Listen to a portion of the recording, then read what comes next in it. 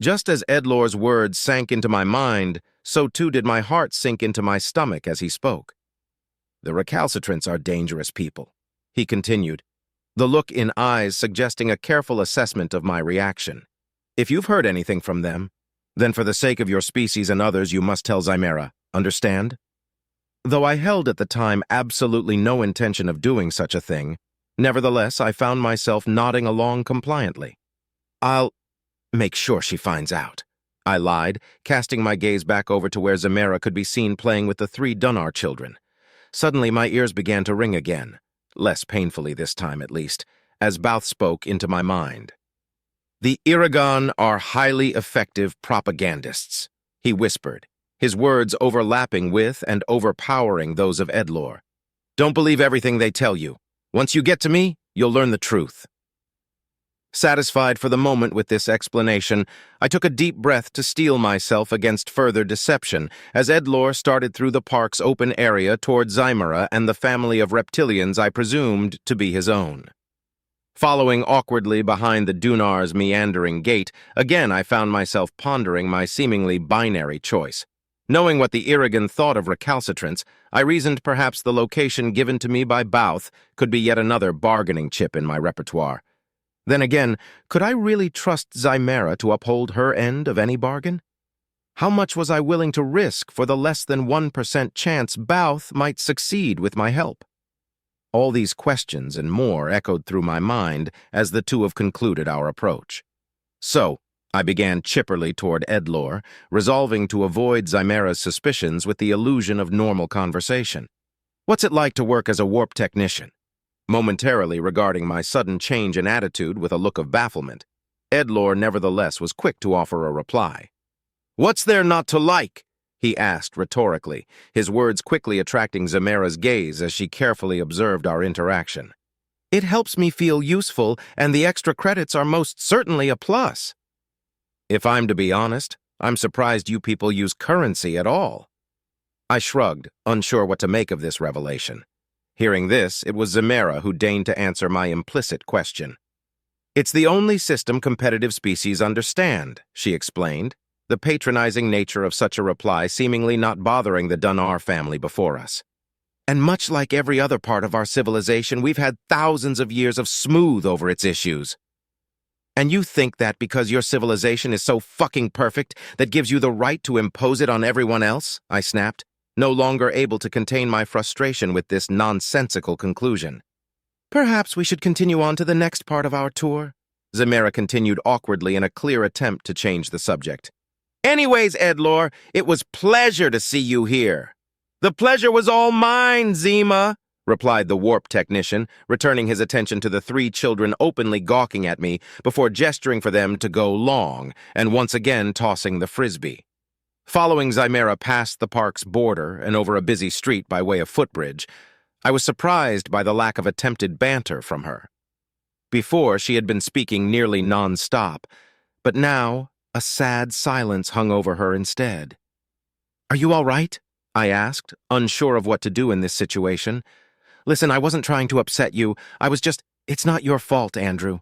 She sighed, taking a moment to shake herself off before hesitantly reapplying that insultingly sweet smile of hers.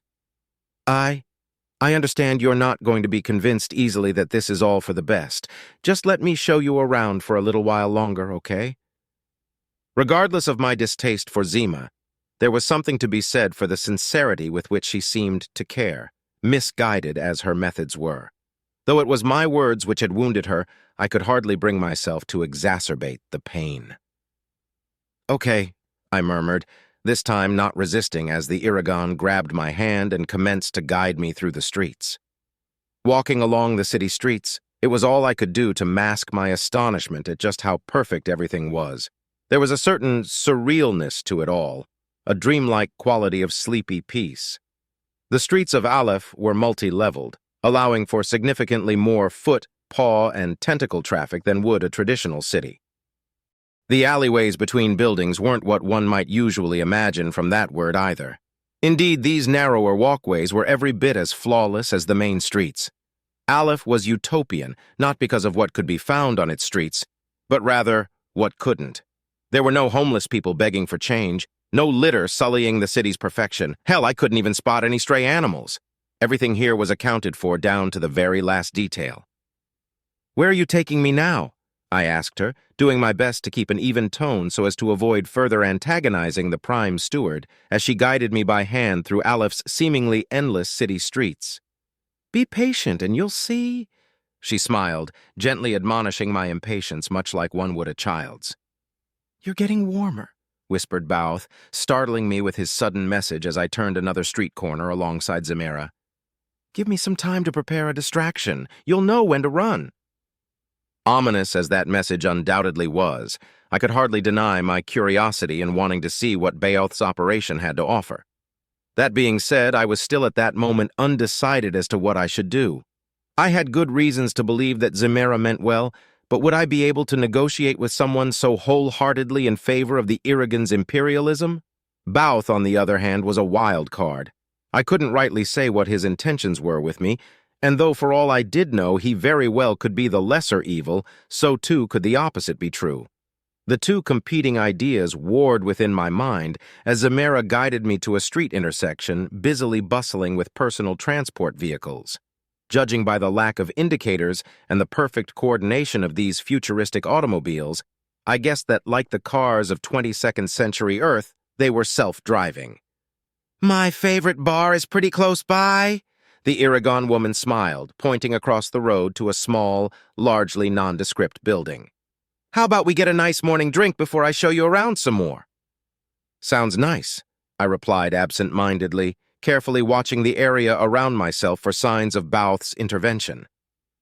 I wasn't sure what the Irrigan rebel might define as a distraction, but I sure as hell wanted to be prepared. Nothing could have prepared me for what was about to happen. Crossing the street alongside Zemira, my back was to the road when the first car swerved off course, slamming full force into a second vehicle as speeding down the way came a third. For some reason, whatever AI had been piloting the cars wasn't recognizing the danger ahead, causing vehicle after vehicle to pile up into a mess of twisted metal. I was speechless. Unmoving, I watched as Zemira seemingly by reflex ran onto the road in order to manually slow down one of the coming vehicles, allowing its rickus occupant to step out as she deposited the vehicle onto its side to prevent it from moving. Fortunately, the remainder of the vehicles seemed to properly detect the danger, stopping in their tracks as Zemira wasted no time in seeing to the occupants of the ones which had crashed, leaving me off to the side and completely out of her attention. "Now's your chance!" the voice echoed in my mind, overlaying this scene of carnage and overpowering the sounds of screaming emanating from the scene. "She won't be able to catch you! Just run!" I couldn't believe it. Surely this wasn't what the rebel leader meant when he said he was preparing a distraction. Perhaps something had gone wrong in his hacking, and this was the result. Indecision froze me in my tracks as I contemplated what to do next. If I did leave, that would be it for building a rapport with Zemira. If I was lucky, she might forgive me, but her trust most certainly wouldn't return so easily. That being said, I wasn't sure when I would next be up on Alef, so as far I knew, this would be my only chance to contact humanity.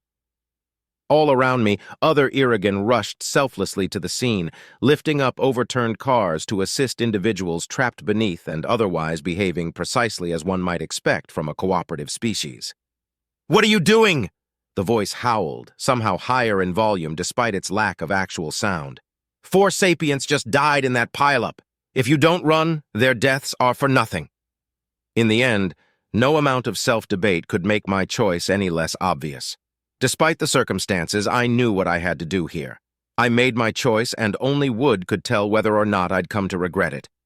Panicked cries from alien onlookers faded away into a gentle din as I sprinted recklessly through the streets, taking every twist and turn I could in hopes to confuse Zemira's eventual pursuit. She hadn't been lying when she said Alef was easy to get lost in. Her mistake was assuming that such wasn't my intention. Ignoring the pleading pantings of my lungs for an aerobic ceasefire, I ran until my legs threatened to give out beneath me. Once I was confident in having sufficiently evaded capture, my pace slowed to a much more reasonable, albeit still brisk, stroll. Keeping to the alleyways as much as possible, I soon found myself contemplating the potentially catastrophic consequences of my choice. In all likelihood, Zemera would be furious with me for attempting to escape her, which would certainly put a damper on any future negotiation attempts. That being said, I had to at least hear Bath's plan out before deciding whether or not I'd go along with it, for humanity's sake and for that of the Kafel. Even still, though, the fact of what Bauth had done to distract Zemera clung furiously to my conscience. Surely, there was a better way to keep the Prime Steward off of my tail than to kill 4 people. Part of me wanted to side against these rebels, if only for that, but it was too late to turn around now. I'd made my choice. Speaking of Baoth, the recalcitrant leader's voice echoed in my mind amidst my run, offering up occasional guidance to me as I navigated the labyrinthine streets. "Do try to maintain haste," he warned me. "The more security footage I have to delete, the more likely it is they'll notice." Bolting across a busy street before diving into yet another alleyway, I flinched as the communicator in my pocket let off a mild buzz. "It's the Prime Steward. Don't answer her. I jailbroke the device's tracking system and scrambled it, but if she keeps you talking for more than a few seconds, they might be able to trace the signal regardless." Producing the device from my pocket, and with my thumb pressing the holographic ignore call symbol, I was almost immediately bombarded by a flurry of text messages from Zemera. "Andrew? Where did you go? Are you hurt? Answer me, please!" Immediately disregarding Zemera's plea for an answer and putting away the still buzzing device, I rounded yet another alleyway bend, and before I could correct my course, collided face first into a hard metal object, which sent me toppling to the pristine floor. Shielding my eyes from the bright lights overhead, I gazed fearfully upon the chrome figure of a large, bulky automaton with a curious array of dots and dashes emblazoned upon its chest. "Shit!" I gasped, scrambling backwards on my hands and feet before watching as the robot before me proceeded to do absolutely nothing in response. "Calm yourself," demanded Bao through my translator implant, somehow managing to sound annoyed despite his lack of inflection. "Every janitorial unit within 10 blocks of here is under my direct control. Helps to keep the unwanted guests out." Soft mechanical whirring emanated from deep within the humanoid machine as it stepped aside to allow me past, the LEDs on its faceplate momentarily blinking green before dimming down once more as I continued my journey to Bauth's address. When I had first pictured this rebel hideout, I'll readily admit that my imagination had taken me someplace far smaller and more dilapidated than the massive corporate office I actually happened upon. Aside from its abnormal location in what appeared to be a mostly residential area, with only small shops otherwise interspersed throughout, nothing about this location gave me any shady impressions. Then again, I suppose an abandoned warehouse would stick out like a sore thumb amidst the near unsettling flawlessness of an Irigan skyline. "You'll want to go in through the back," began the recalcitrant leader as I almost bypassed by accident the unlocked maintenance entrance. Stepping into the pitch-black room, my frazzled nerves led me to nearly jump out of my skin as the lights snapped on to reveal around me a mostly empty storage area. "There's a supply closet to your left. Go in there." Allowing Bauth the rare commodity of my blind trust for just this once, I carelessly sauntered over to the metallic door indicated by my mysterious benefactor and stepped inside. Immediately upon the door easing shut behind me, a metal shutter fell over the closet entrance, and I felt in my soles the unmistakable sensation of a lowering elevator drawing me below the ground floor. Finally, following a long period of ominous silence spent standing alone in the enclosed space lit only by a single diamond-shaped bulb, the elevator came to a stop, and its shutter lifted away to unveil behind it an utterly massive basement, sparsely populated with individuals of various species. Nary another moment passed before I was promptly approached by a single alien cloaked in the same purple fabric as all the others. As they looked up at me from beneath their hood, I recognized the goat-like face of a Yikail. "You must be the human," he rasped, ominous voice seeming to increase in depth with every word. "Bauth told me to greet you and bring you to him. My name is Arik. At least as far as you should concern yourself it is." "Andrew," I replied, extending my hand for a shake only to be met by the alien with a look of bewilderment as he pondered the gesture. Seeing that my offer of a shake was not returned, I awkwardly retracted my hand before continuing. Think we can, skip the remaining formalities here? I have a few choice words for Bouth I'd like to get off my chest. Regarding my request with a chuff, the meaning of which I could not decipher, Arex signaled with his weird four-fingered paw for me to follow him as he made his way across the main basement floor, weaving through a series of labyrinthine hallways which branched off into smaller rooms loaded with mundane gear. "What's with this building?" I asked. "Bouth runs a civilian robotics company," Arex explained, glancing back at me as we arrived at what appeared to be a dead end. "It lets our organization operate all throughout the Empire." Approaching a junction box mounted upon the adjacent wall, the Yakael flung it open to reveal some form of scanner. Gingerly placing his palm upon the scanner, Arex stepped back to stand by my side as the false wall parted away to reveal upon the other side a massive room filled to the brim with weaponry and other noteworthy gear. Even more interesting, however, was the utterly massive computer at rest on the room's far end. "He awaits you," the Yakael stated bluntly, pointing toward the computer and making no move to follow me as I approached it. Evidently, Bouth wanted to speak to me alone. The massive screen seemed almost to glare down at me as I sat before it in a nondescript office chair. "I thought he was going to meet me in person," I grumbled, all the while searching the keyboard for an on button. My efforts, however, turned out to be rather unneeded, as the computer flickered to life seemingly of its own volition, revealing on screen an abstract representation of an Irrigan's face. "Glad to see you could make it," the face began, its words spoken seemingly in tandem with my implant, informing me that I was speaking to Bouth. "Why aren't you actually here?" I asked him, suspicion creeping into my voice as I regarded my mysterious benefactor with an unimpressed leer. "I'm afraid this is about as in-person as I can get," smirked Bouth, his video call avatar stepping back to unveil a full-body representation. "What you're currently looking at is the closest thing I have to a body." Suddenly, Bouth's seemingly supernatural hacking skills made just a little bit more sense. "You're an AI," I gasped. "In a manner of speaking," Bouth shrugged, taking note of my shocked expression as he continued to elucidate me regarding his exact nature. "If we're being pedantic about this, I'm more of an RI. A replicated intelligence." "What exactly does that mean?" I asked, turning over the term within my mind as I contemplated what it could mean. "It means that rather than being built from the ground up as a computer intelligence, my neural network was designed to imitate an individual. Essentially, I am a digital copy of someone."